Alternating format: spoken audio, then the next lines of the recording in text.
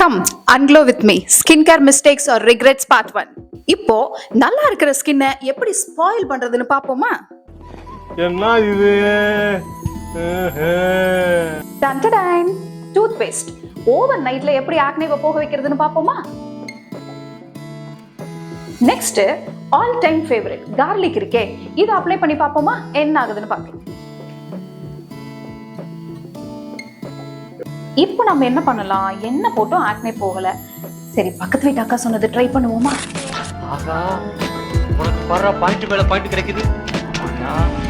வாங்க.